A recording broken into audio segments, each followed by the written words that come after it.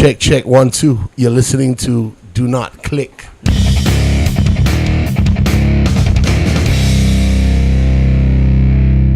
Sitting right across me is one of the forefathers of hip-hop in Singapore, Mr. Sheikh Haikel.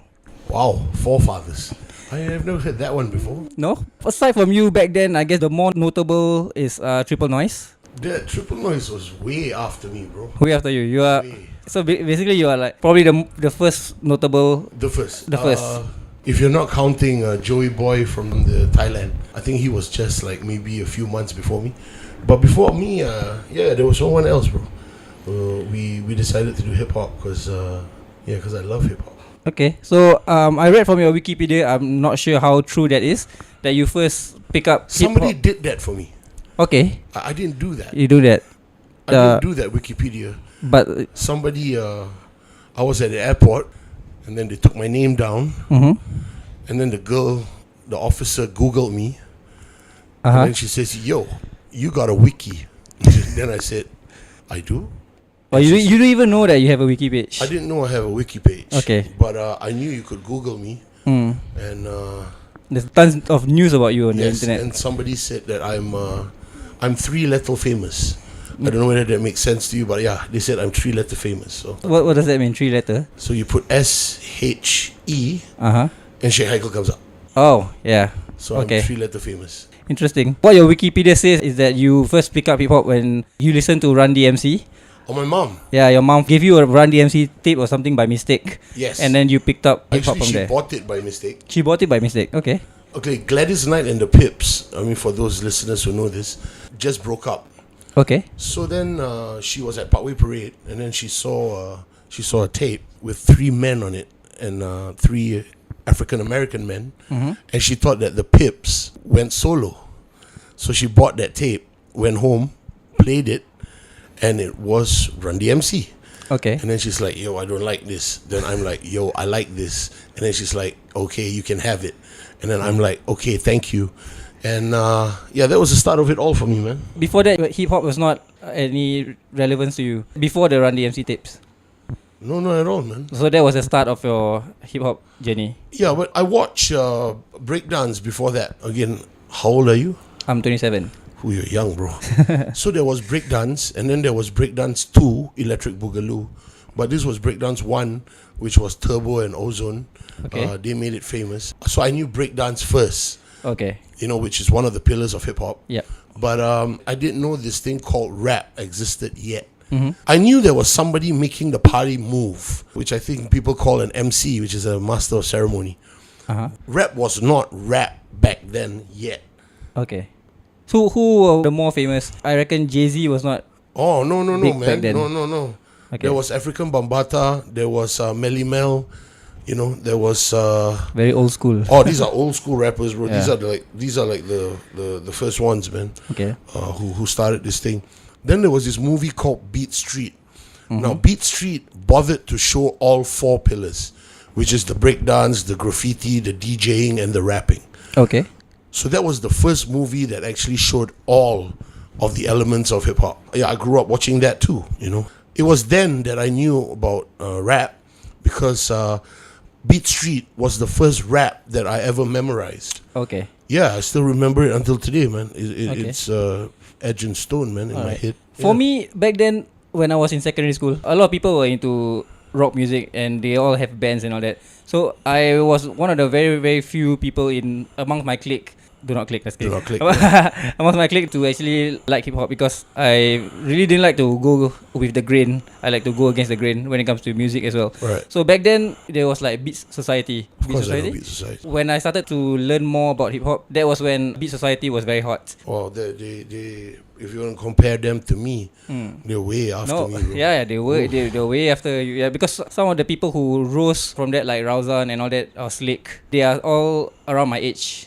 To me, that was when I was introduced to hip hop, around that time. But do you have any connections with that particular era? Yeah, I know. I mean, I do hip hop until today. You are still making music, right? I've got my last album to make. Last album. Yeah, I want to do my last album. After I came out, a clean 11 years, man, to get it on the national stage, to get it on National Day. Okay. So there was a journey to take. All the cats after me, I think, I mean, they had it easy because it was already relevant and it was already around, you know. So it was much easier to do. Back in my day when I was rapping, I rapped to old people, bro. I rapped to aunties and uncles who I remember until today because they're the ones that made me famous, you know. Okay, I never I never forget my people, man. You know, the aunties that came down from the blocks, from the flats, and came to watch my shows. They didn't understand what hip hop was about.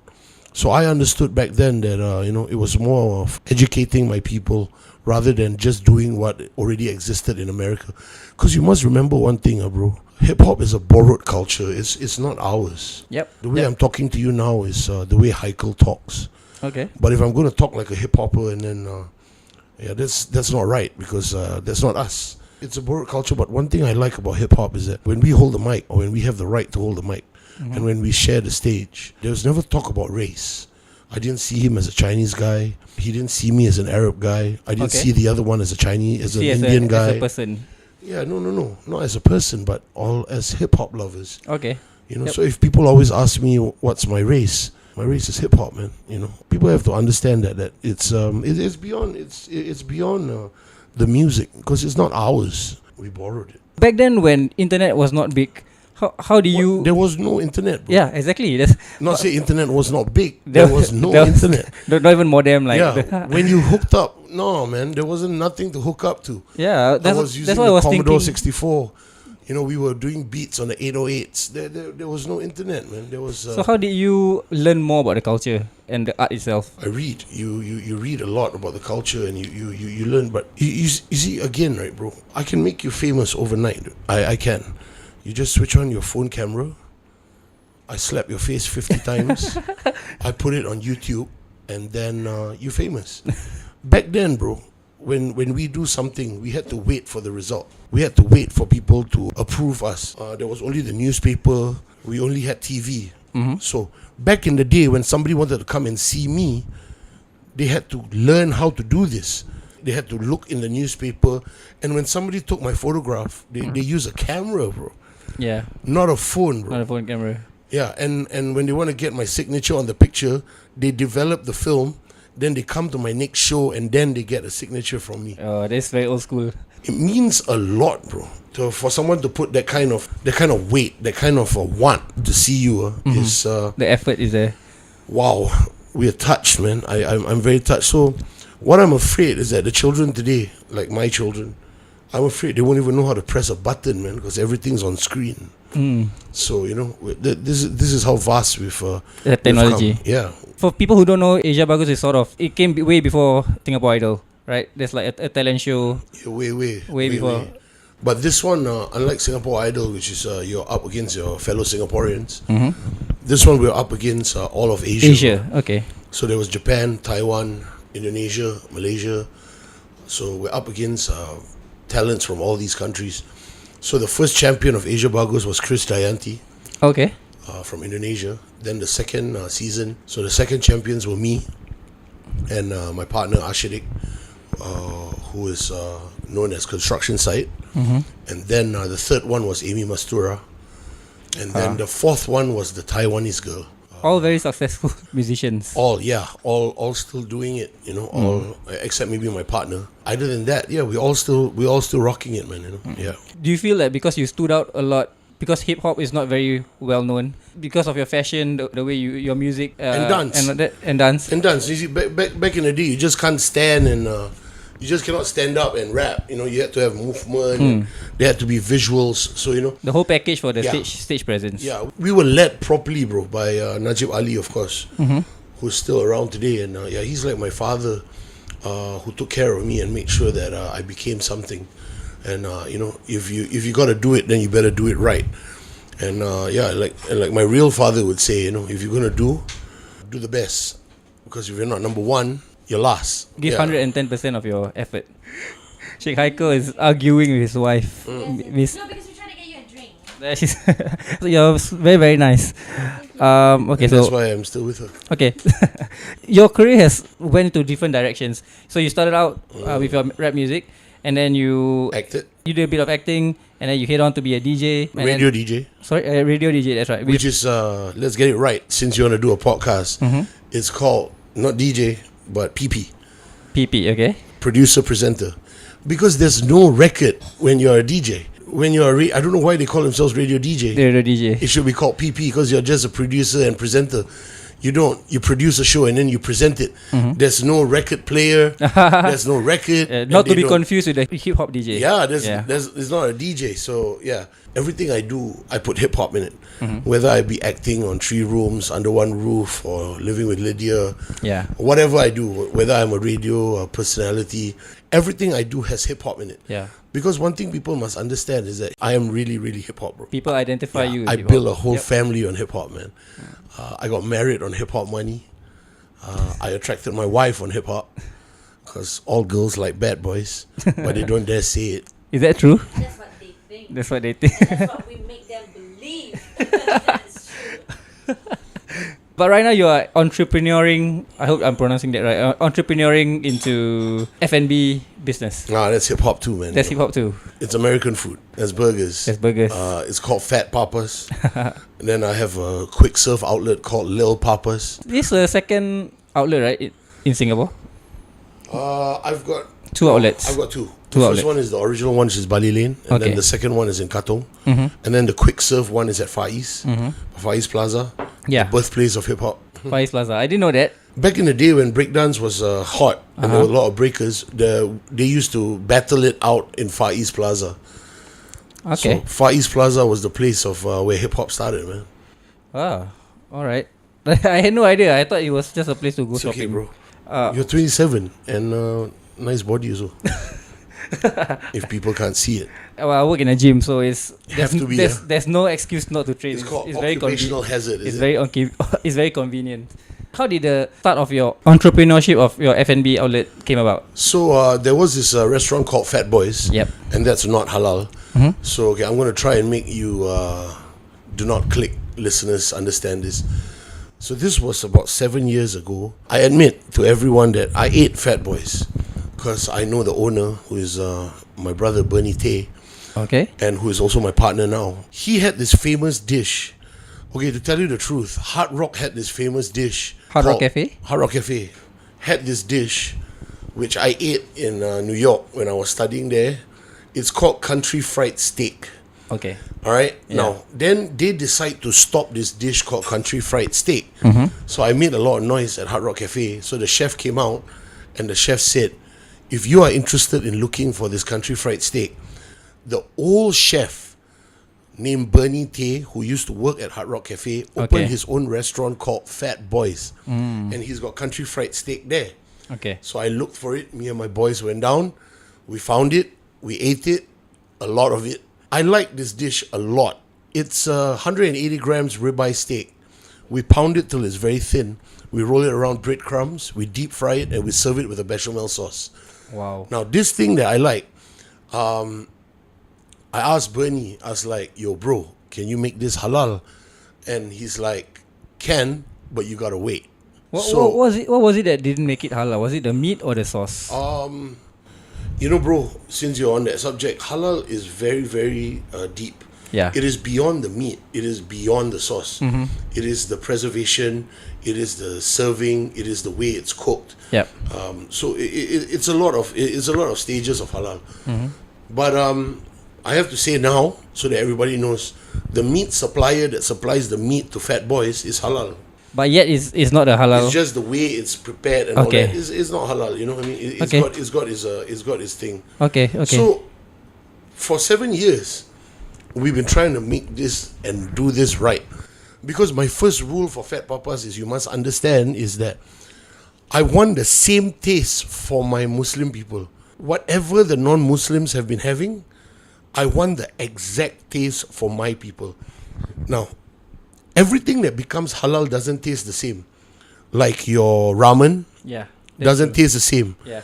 Like your sushi. Because the broth is pork. Right. itself, So yeah. no, but they didn't go the distance. You can find something to Substitute. replace it. Yeah, exactly. So Bernie has gone the distance for us together with me, and once we hit the taste, We opened up Fat Papas in like 2 months. Okay. And that's why Fat Papas exists. Because of the steak itself. Because I want this steak. Okay. And beyond that, you know, we got to get all the burgers, and I want the exact menu as Fat Boys. I didn't want anything less for my people. You see, you must understand my thing in this. We're Singapore, right? Yep. So we got to do Singapore right. That's The way we do it. Fat Papas exist because it is a table where both non-Muslims and Muslims can sit together, and the food is good. You know, even the non-Muslims who eat here, they look at their Muslim friends and it's like, hey, it tastes the same, man. So much so that a lot of people have asked me for my certificate, whether it's halal, and yeah, we produce it, man. Okay. No problem. Okay, before we get back into a bit of music, let's talk a bit about how you met your wife. She's sitting right there and that's with pleasure, grinning. Man. So I know of Anna Belle Francis when she was doing this show called Vits. So I was signed to Channel 5, which was called SBC. My dad works there. In fact, my dad had been there for TCS, yeah. No. SBC. I changed it to TCS over at Bishan 8. And then MediaCorp. Then your show came out when it was TCS. So I know of her existence back then. Yeah, so I like this girl. Every rapper is supposed to have a pretty girlfriend because that's the rules. But I met her, and you know, Jay-Z will attest to that. Jay-Z's ugly though. No, I mean, he got Beyonce as his wife. No doubt. I mean, I'm not that good looking, but yeah, I got Annabelle to testify for me. So the thing is, so I know of her, and I mean, I've seen her around TCS, now MediaCorp, Channel 5 or whatever they call it. But I know of her existence, and I was interested. Like any man, or like any manimal, we do the chase. A lion after the lioness, the king after the queen. So I chase. So I met her. If you're gonna ask where I met her at TCS. Okay. Then the chase was on, because she was with somebody. Was she playing hard to get? Very hard. I wouldn't say she was playing hard to get. She was something to sought after. She wasn't making it easy. She was dating at the time. So was I. But you know what they say, right? She's not your special one. She's everyone's. I put on the chase, man, because she was worth every bit of it. You know, I liked her a lot. Everybody around knew I liked her. All the actors and everybody. So I got the green light from most of her fellow people, namely Yu Bing and Mark Richmond and who's a VR man? James Lai. VR man. Yeah, Dionysus said okay. Why do they have to approve? Because they were her clique. They, okay. Pierre Peng, they were her people. You know, you must always remember, bro. I was the bad boy, bro. Still am the bad boy. The bad boy. I'm a rapper. I represent hip hop. That's your charm. Yeah, I mean, I got boys with me. I got bodyguards. I've got the whole set. You know, Okay. so I'm known to be that guy. You know. Okay. So she was a good girl, man. She was doing good things, and she was straight, and she was like, you know, all that. And then I was like this bad boy going after her, and everybody was like, oh shit. And then I was like, no, come on, you know. I mean, I like her. I'll be a good boy. Yeah, and of course, there was Chandran who took care of her, and he was from Act 3. So I had to ask for his permission. So yeah, I did that whole thing. You know, I was a stand-up guy, and they give you your blessings. Yeah, all of them, and even though you're a bad boy. Even though I was a bad boy, They give you blessings. and a famous bad boy for that. Okay. You know, I was asked to do like anti-smoking campaigns, and I said no. You know, I don't do. You know, of course. Keep it real. Yeah, I'm known for that. Exactly, I'm known for being real. You know, I mean, if it's white, I'm going to say it's white. If it's black, I'm going to say it's black. I'm not going to tell you it's grey. Okay. So you know, I mean, but the thing is, man, she was a sight, man. You know, I mean, she still makes me feel the way she makes me feel. Smiling. She's 70 smiling at years the ago. back. No, she does, man. Do you remember your first date? Oh, of course I do. Okay, of course. where do you guys eat? Yeah, no. The thing that people must understand about her is that she makes me want to be a better me. You know, and that's the woman you marry, guys. You know, that someone that makes you a better you. She completes you. No, she doesn't. I complete me. She doesn't complete you. I come complete, man. But she makes me want to be better, bro. You know, she makes me want to be a better human being, man.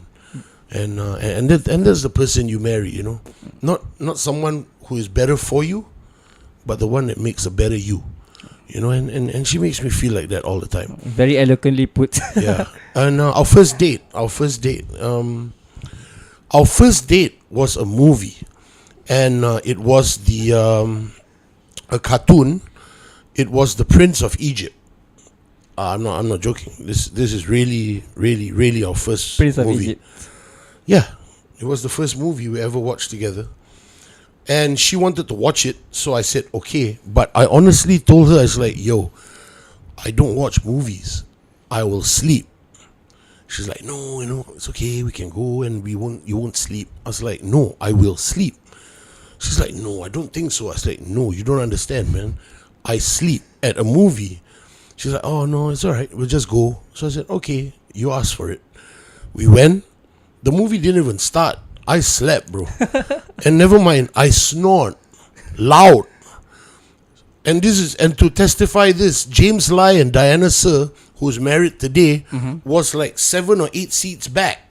And they were in the same movie. Why were they the same? I don't know. They were there on their own. Coincidentally? Coincidentally. Okay. And Spying on you. after the movie, they came down and they're like, yo, we can hear Haikel snore from the back. But I told her, I said, I don't watch movies. So that was our first date together. I slept, bro. I don't remember Prince of Egypt, man. I thought like usually the movies is not the appropriate first date. The first date is supposed to get to know the other partner.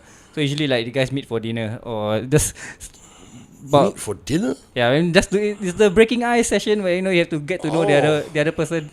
I think dinner should be like the second or third date. Because I hate bringing girls for dinner, because when they go for dinner, the first date, they always act and they're like, I want salad. And then I want water. And then after that, after a week of going out with you, then they're like, I want steak. I want lobster. I mean, if a girl comes up to me and says, yo, I want lobster, then I said, yo, I feed you lobster because I'm a true mobster. And if I'm going to pay for lobster, you better make sure I get. You know? Yeah, but our first date was a movie, man. Straight up. Do you enjoy that movie though? She did, I'm sure. Please, She knows. All I know that Moses there. That's all. I left TCS because Anna Belle was managed by this company called Music and Movement. So I met Dick Lee over at Velvet, and Najib was with the same company. So Dick Lee saw me at Velvet, and he's like, yo, you that guy. Then I said, yo, you that guy. And then he's like, I want to sign you to Music and Movement. And I said, yeah, I want to sign to Music and Movement because the girl I like is there. So I signed to the same company because she was signed to that company. And then they sent us to Vietnam because we were taking part in this voice competition in Vietnam. And they sent us both together. And we hit it off in Vietnam. You know, we became close at Vietnam. And then when we came back, then we went for the movie. So, yeah, I slept. That's very interesting. 5 months, bro. If you want to 5 months. know, we went out for 5 months, and I asked her to marry me. 5 months. Wow, that's very fast. Yeah, because when you know, you know. But at the age you are already ready to settle down. No, bro. I was only 24. You're 24. She's 21. What? Yeah. So you late. Yeah, You're 27. I'm 27. Yeah. I was already married. I had my first child at 28. But back then, was it cheaper to get married or? No, bro. You know, getting married, there's nothing afraid to get married. You don't need money to get married. You know what you need to get married? Love. But yeah, I married her after 5 months, man. Wow. You know, I knew her for 5 months. I asked her, and she said yes. How long have you guys been married? 17 years, bro. 17 years. Wow. Always keep it fresh. Every day is a new day. What's the secret for the longevity of the? She's everything. You okay? And the girls have to understand what everything is. When I say she's my everything, she's everything. She's my bad. She's my good. She's my dark. She's my light. So girls have to understand this. When you have a husband, and you promise to be everything, make sure you're everything. Make sure she's bad girl when I want her to be bad girl. You know, she's Catwoman when I want her to be Catwoman. You know, she's an angel when I want her to be an angel, and the men have to do the same too. You know, But the most important thing about her is that she's my home, bro. Through thick or thin, she's the comforter. Declaration of love. Your first child came along. How long since the wedding? We were married for about 4 years, and then I got my first baby girl, Trika. Oh, that's the girl first, and Yeah. then the young boy, right? So I had Trika, who's 14 now. Then the second one came about a year after that, Abra. He's 13. And then because I'm a rapper and I have no planning in my life, I have a 2-year-old son called Juice. Okay. So you got 3 kids now? I got 3. From the pictures that I see, the way they dress also, there's a bit of hip hop influence. Bro, my whole life is hip hop. And they pick that up as well. No, you don't understand. My children don't listen to anything but hip hop. And they all like Liverpool. Let's get back to the music. So, or what do you rap about? My family. I always think about Belle, and then and I write, and I say the things that I want to say. Okay. So the ones closest to me know what I mean in my songs. But when I write something or when I put a music out, whether it's number one or it doesn't become a hit, it's my song. I've never made music to make money, bro. I think that's the wrong attitude to have. You make music because you love music. You like music. You want people to hear your songs when it comes out on radio. I always tell the rappers today, or whoever does music today, make good music, let people listen to it, and then they call you for shows, and that's how you make the money, bro. By doing shows. For aspiring rappers or aspiring hip hop artists, how do you approach the music? Like writing down the lyrics? Well, I think everybody has a different talent. Some people record it on their phone nowadays, right? And then I'm a pen and paper guy. I write. I do pen and paper. So you want to know what's the big problem with today's people, today's rappers? Yep. Your pronunciation and your enunciation, man. I know you're Asian. I know you're Malay. I know you're Chinese. I know you're Indian. Yeah, you can add Malay words into it and try and make it yours and Indian words to it. But Singlish is not a language, man. It's English. And everybody has to remember that we're the Queen's English. So when you say something or when you pronounce or announce something, and everybody must understand that pronunciation and enunciation are two different things. To enunciate something and to pronounce something is very important. You have to be clear. Man, people don't smile anymore. Say thank you and excuse me, and people don't talk to people anymore. Everybody's messaging. So you don't have that practice of language, that practice of speech, and that's scary. Back in the day when I want to get a girl, I have to use the phone, bro. I don't message a girl, bro. I don't send her a picture of my dick, I call her, man. I call her. Sexting. And then her mother or father picks up the phone, and you have to say, hello, uncle. Hi, uncle. Good evening. Hello, auntie. Good evening. Do you mind if I speak to Annabelle? Or she's busy now. Is it okay with you if I call back? You talk, bro. And the clearer you talk, the more they like you. Yeah. So that's the big problem today. Enunciation and pronunciation. Yeah. As technology advances, it's crazy. The human touch is lost. Exactly. So my children don't have handphones. Oh, they don't. Well, they do, but they only get to use it like 3 hours a day. You restrict them. Okay. I think that's a very good practice to have. Yeah. Wong Lilian too. Her children gets to use the phone 2 hours a day. Oh, I follow her on Instagram. She's good. She's a good mother, family. Man. Yeah, she's very a good mother. Family. Yeah. Do you know her because she was in 999? All those people, yeah, they're from our time, man. They're our clan. Your whole clique. Yeah. Well, as we wind down, so what's your most favorite song that you've done? Well, With You La, bro. The one that made my first solo song that became the #1 hit. Okay. And that was written for Belle when she left for Japan. Okay. She had a tour in Japan with Act 3. I wrote this song together with Terry Lee, who produced it, who is now in China. Long live Terry Lee. But it's that was the first song, and all these boys, like Terry Lee and Joe Flizzo, and whoever there is now. They watch Asia Bagus, bro, and their parents hate me because they skipped school, went back to their house to watch Asia Bagus, and then told their mother and father, I want to be like that. If there was no Sheikh Haikel, there'll be no Too Fat. I don't think there wouldn't be no Too Fat, but maybe it would have come in a different way. Yeah, they watched me when I was in Asia Bagus, and that's what they wanted to do. Okay.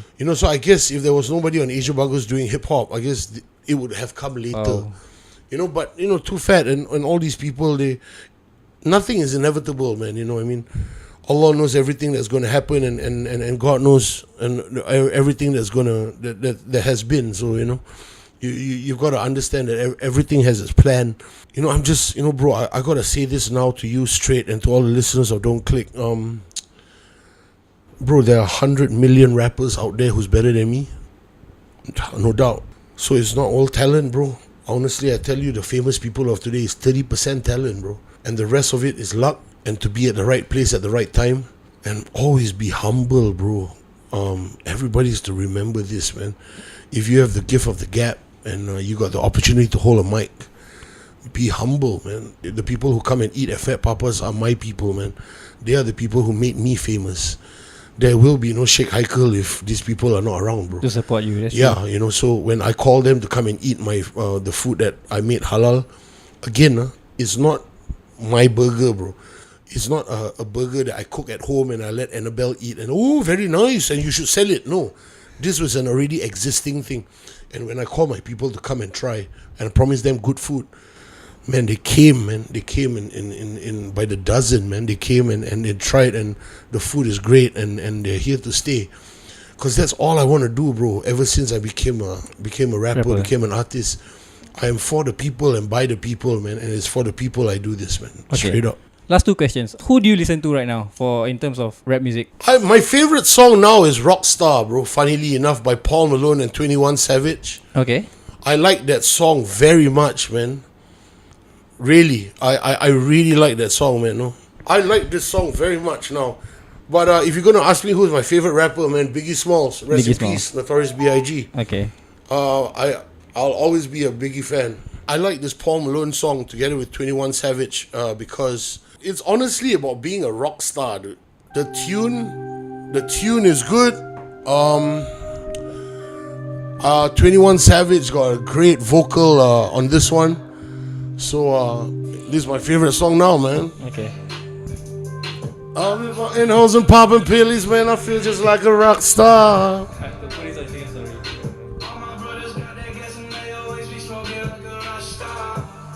Good song, man. Whipping in the shot toss. And I find this funny. When my homies pull up on your block, they make that thing go gratata. But Okay. yeah, I like that song now. Biggie Smalls is my favorite rapper.